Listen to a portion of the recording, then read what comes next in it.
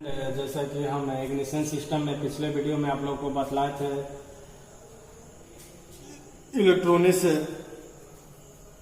जो था contact control transistor ignition system. तो आज हम जो उसी का जो दूसरा टाइप है मैग्नेटो कंट्रोल इलेक्ट्रॉनिक्स और ट्रांजिस्टर इग्निशन सिस्टम।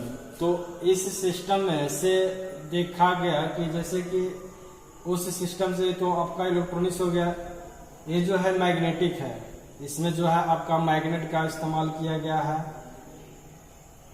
जो इसमें बैटरी का जो है आपका किसी प्रकार का प्रयोग नहीं किया गया है इस सिस्टम के अंदर में। इस सिस्टम में कुछ भाग लगे होते हैं, जैसे कि आपका यहाँ से डिस्ट्रीब्यूटर हाउसिंग देखेंगे, उसके बाद में मैग्नेटिक पिकअप असेंबली है, उसके बाद में एडवांस प्लेट स्लीव है, ये जो बीच वाला भाग है जो दिख रहा है फिंस जैसा आर्मेचर है, एफएक्स बेस प्लेट है। उसके बाद में आपका यहाँ पर एक एडजस्टिंग जो है सेंट्रीफ्यूगल एडवांस है, और ये जो है आपका सिस्टम ग्राउंड, जैसे कि इसमें जो वायरिंग हार्नेस जो किया जाता है वो अंदर में ही किया जाता है। तो इस सिस्टम से जैसे कि काम कैसे करती है, इस सिस्टम में सीबी पॉइंट का प्रयोग सर्किट को मेक एंड ब्रेक करने के लिए नहीं किया जाता है। इसमें एक घूमता मैग्नेट फिक्स कॉइल का प्रयोग किया जाता है, जिसे मैग्नेटिक पिकअप असेंबली कहते हैं। इस कॉइल के डिस्ट्रीब्यूटर के शाफ्ट पर लगाया जाता है। डिस्ट्रीब्यूटर शाफ्ट को इंजन की कैम शाफ्ट से चलाया जाता है। मैग्नेटिक पिकअप असेंबली एक सेंसर कॉइल के रूप में कार्य करती है। जब मैग्नेट के घूमने से पिकअप कॉइल के सामने टिप आती है, यही जो आपका ये टिप है, तो टिप आर्मेचर का टिप आती है, तो सेंसर कॉइल में वोल्टेज उत्पन्न होता है। इस वोल्टेज से एसी द्वारा प्रवाहित होने वाली धारा को रोका जाता है। जैसे कि आपका इस वोल्टेज से जो एसीयू जैसे इलेक्ट्रॉनिक्स कंट्रोल जो यूनिट लगाया गया है, इसको क्या किया जाता है, प्रवाहित होने से रोका जाता है। जब धारा का प्रवाह समाप्त हो जाता है तो इग्निशन कॉइल की सेकेंडरी वाइंडिंग में उच्च वोल्टेज की धारा उत्पन्न हो जाती है।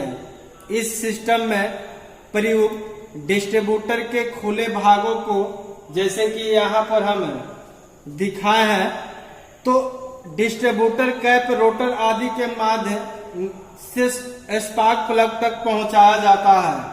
तो इस प्रकार के जो आपका मैग्नेटिक जो कंट्रोल इग्निशन है, इलेक्ट्रॉनिक्स इग्निशन सिस्टम जो होता है, इसमें क्या फायदा है कि जैसे कि इनमें न तो पॉइंट जलने की संभावना होती है और न ही इसमें पॉइंट घिसने की और न ही जलने की संभावना होती है।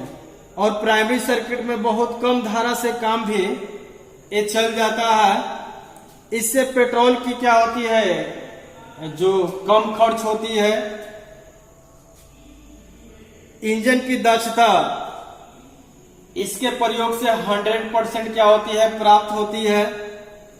ठंडे तथा गर्म मौसम का इग्निशन सिस्टम पर कोई प्रभाव नहीं पड़ता है।